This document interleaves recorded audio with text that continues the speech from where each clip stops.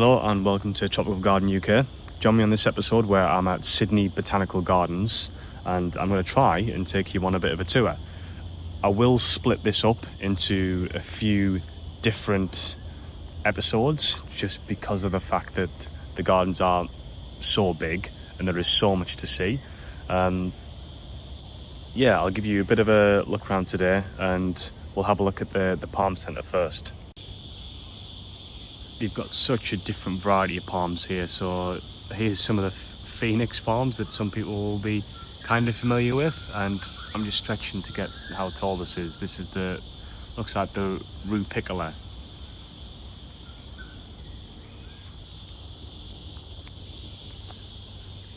And then the robellini.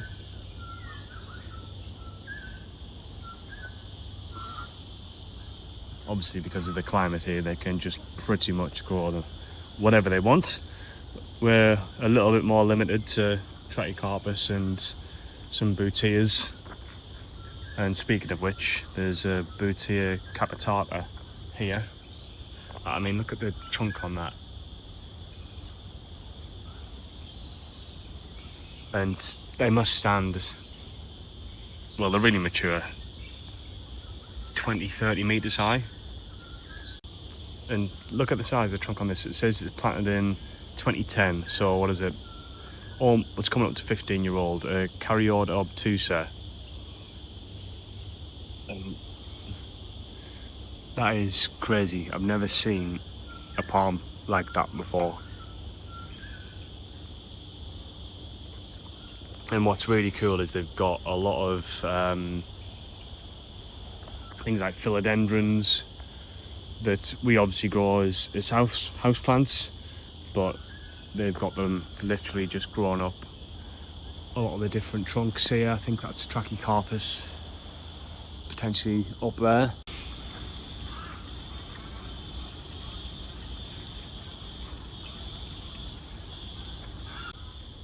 But it is a stunning place.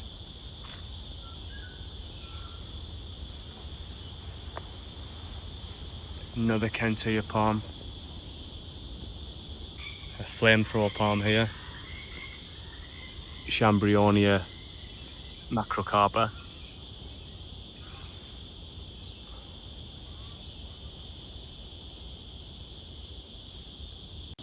This is quite an interesting one. It's called a fishtail palm, or a dwarf fishtail palm. Caryota monostachya, I think.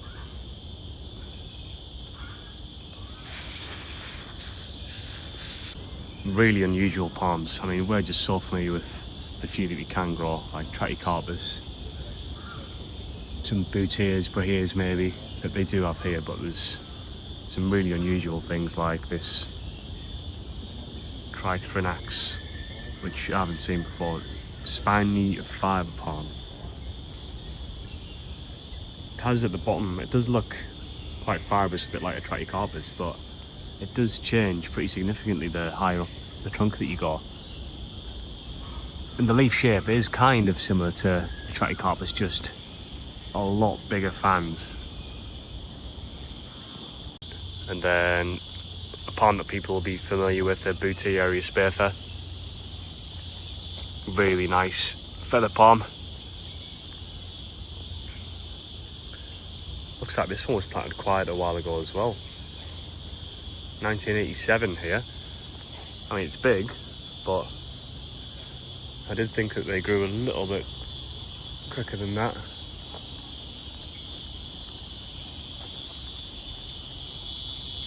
This is a nice one.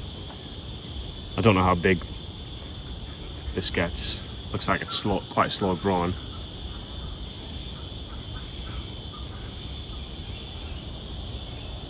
Not even going to try and pronounce that.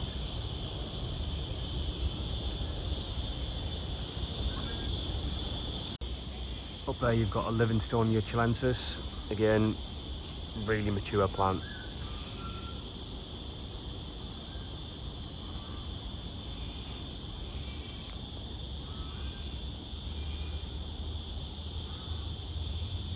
then some of the Camidorias there just in front of them, they're really cool as well. I don't grow anything like that. Oh, little spider building its web.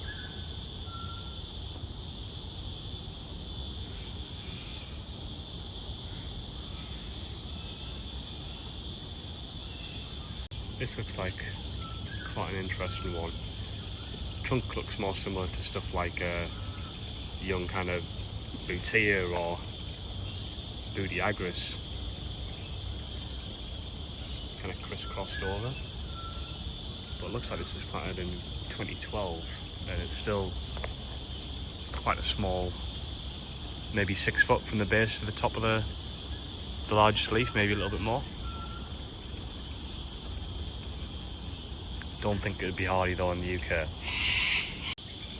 Nice Siagris farm here. Must be 20-25 metres tall.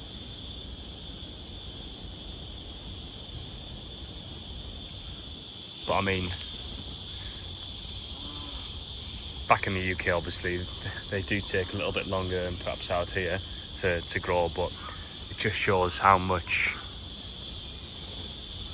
height you can get. I wish that I had this much space in my garden. The Taiwan sugar palm.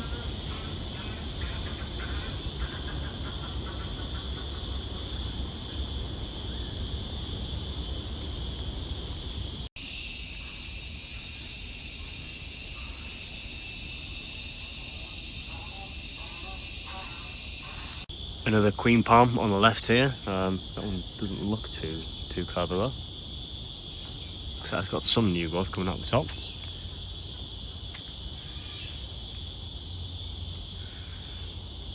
And some nice Sabals. Sabal minors. I would love to grow some of these in my garden. I think they're just such a slow growing plant though. I haven't tried them yet. I've seen a couple of people attempt to, but they've just got some very small examples of it. It says here they can withstand several degrees of frost, but I mean, look at that. That was planted in 1986.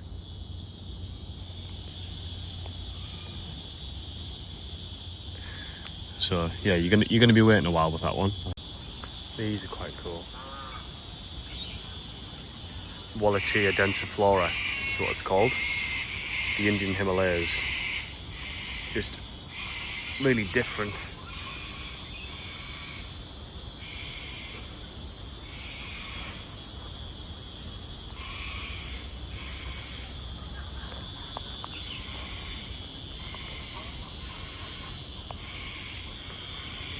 There's so much stuff here. Something here called the bamboo palm. One of the most cold-tolerant of the Camidorias. I'll have to have a look into that. Camidoria microspadics it's called. Nice, really different kind of leaf shape for a palm. I wonder if that's... I don't think it'll be frost hardy though, so I'll probably have to bring it in. This is cool. I don't know what that is. It looks like there's over 300 different species of palms here, and that wouldn't surprise me. Literally everywhere that you look there's something different, and things that we might be kind of familiar with, but the difference in types of palms they can grow is just amazing. And talking about, look at this flamethrower palm. I think I showed you this earlier on, but I mean, they're so cool, some of the varieties that they get.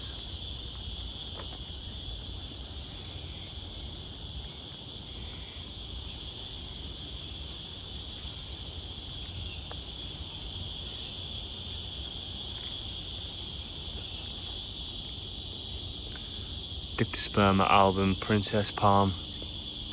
Again, something I've never seen in the UK before. Bangalore palm. This one here.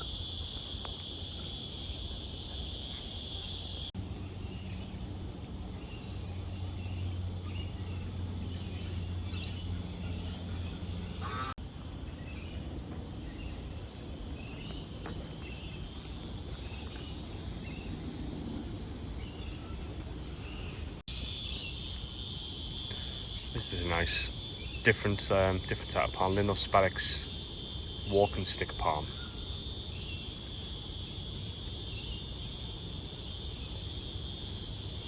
Really thin, kind of pinnet type leaves. This is another one. So I've got a Brahia armata, which is kind of quite a blue leaves. That's Brahia brandegii, I think. It says frost and drought tolerant.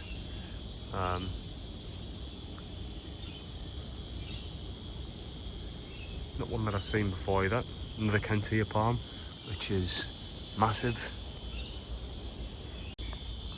Looks like quite a newish Butea capitata that's been planted. Hasn't quite got a trunk on it yet, but some of those spears that are coming out are a good 6-7 foot.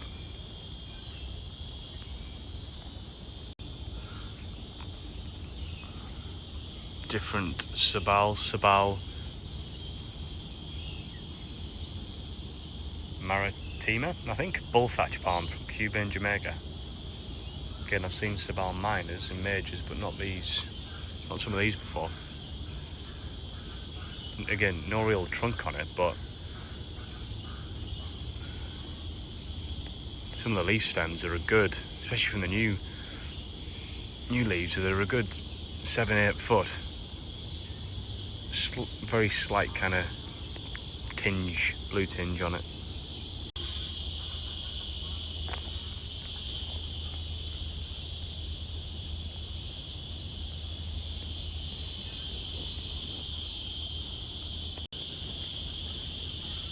This must be 25 metres tall. A Caribbee palm, Roystonia oleracea.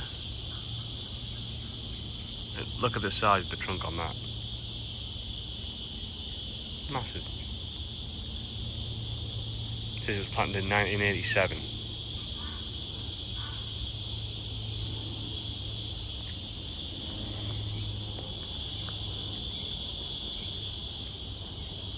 All these different mature palms.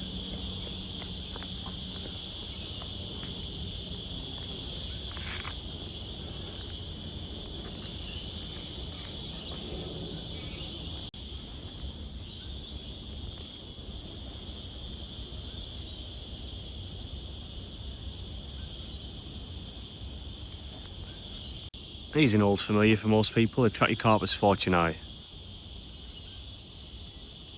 Probably the most cold hardy, and there's a couple of them here. One on this side as well. There's a few of these dotted around, but there's some some of them are so different. Look at that one in the middle with a huge trunk and towers above the Trachycarpus. And it fans out. It must be 10 metres across on each leaf.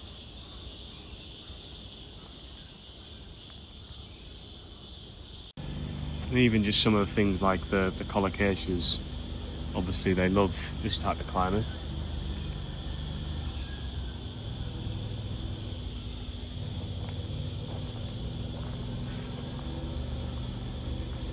You have got some small little paths that you can just kind of wander through.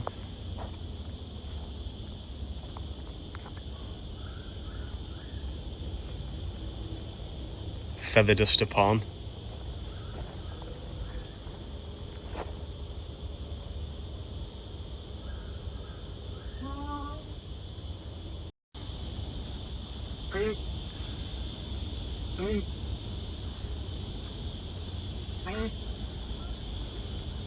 Washingtonia robusta.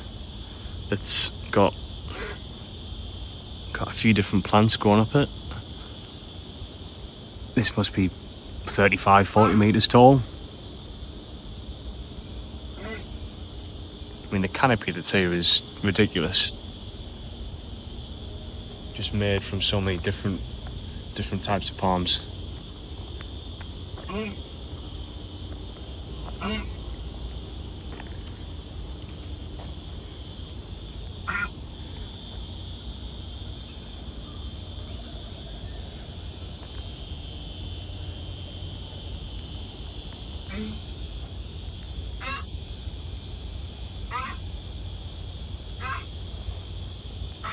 don't know if this is a Camadoria, but I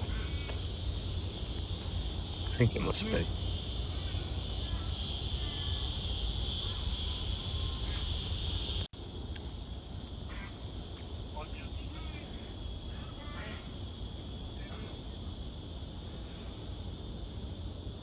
That single leaf must be 12 metres. Atelier Kahuna. Kahuna palm. Again, something I've never seen before.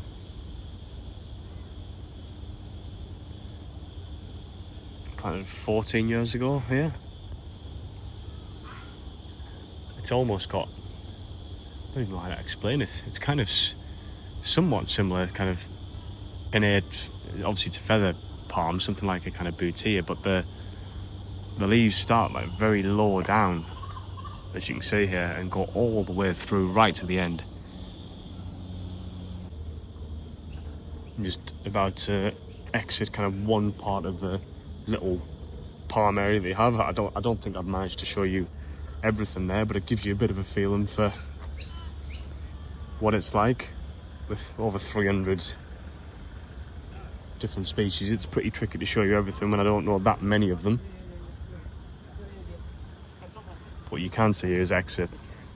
It's a nice little cafe you can get a drink from. And then there's kind of a little palm bed down here as well as you walk towards the pond area. And it looks like you've got quite a few different species of really mature boutias in there.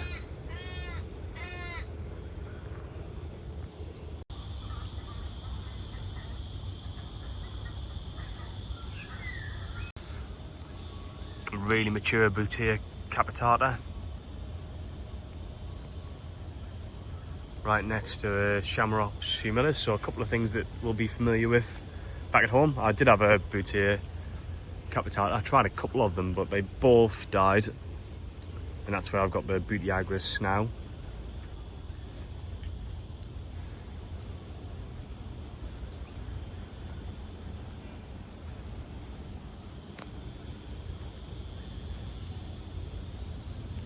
Really hard, well, pretty hardy, the Camarops. Most people seem to be able to grow them in the UK. I don't have one. I'm not a massive fan, to be honest. Got some nice sabals as well. It's actually a struggle to be able to film this, to be honest, because they are so mature and so tall. Take you on a bit of a wander. They've got some nice underplanting pretty much throughout the whole thing. Obviously the gardeners that work here take a lot of care. But the place is absolutely massive.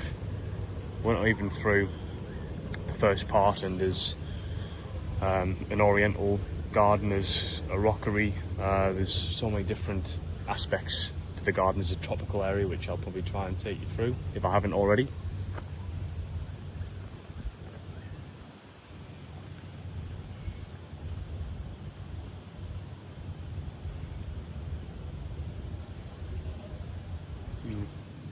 Interesting birds kicking around. Got different cycads. I think this is kind of heading towards the oriental part where they've got some bamboos and things, but I'll just bring you around here. They obviously have the luxury here of planting things like bromeliads. That there's so many different varieties of these that have flowered, and it actually works really nicely with the palms. And they have such a different mix as well. In some cases they have spaced them out a lot just to kind of be able to show off the trunks of the different types of palms, as you can see. But in other cases they have kind of group planted things and underplanted with bromeliads, lots of other different varieties of plants as well, and I think both work really nicely.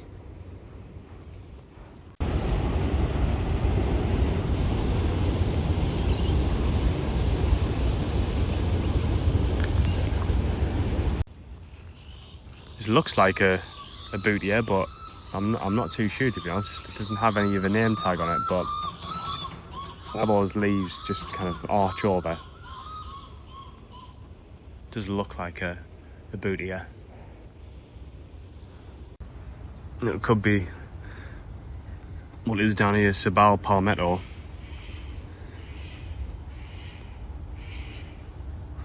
You can see a few massive bromeliads and some that are actually flowering.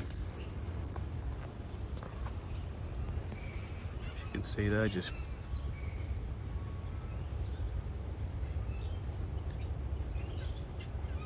I would really recommend if you do have the privilege of being in Australia and Sydney for any period of time, I'd really recommend coming here to the Botanical Gardens and just have a wander around. You could literally spend hours and hours here.